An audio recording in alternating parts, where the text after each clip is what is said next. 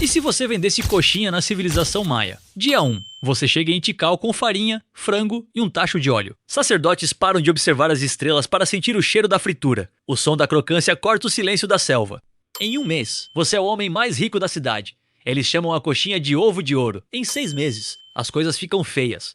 Os guerreiros agora estão pesados e sem fôlego. Ninguém mais quer treinar ou construir pirâmides. A cidade parou. A coxinha virou uma droga de prazer imediato. Após um ano, o rei Maia te chama ao palácio. Ele não quer uma coxinha. Ele aponta para o exército preguiçoso e te expulsa de Tikal por envenenar seu povo. Seu império das coxinhas acabou. E a dieta da civilização maia também. Eles nunca mais serão os mesmos depois dessa intervenção. Para não sofrer a maldição da coxinha, se inscreve no canal.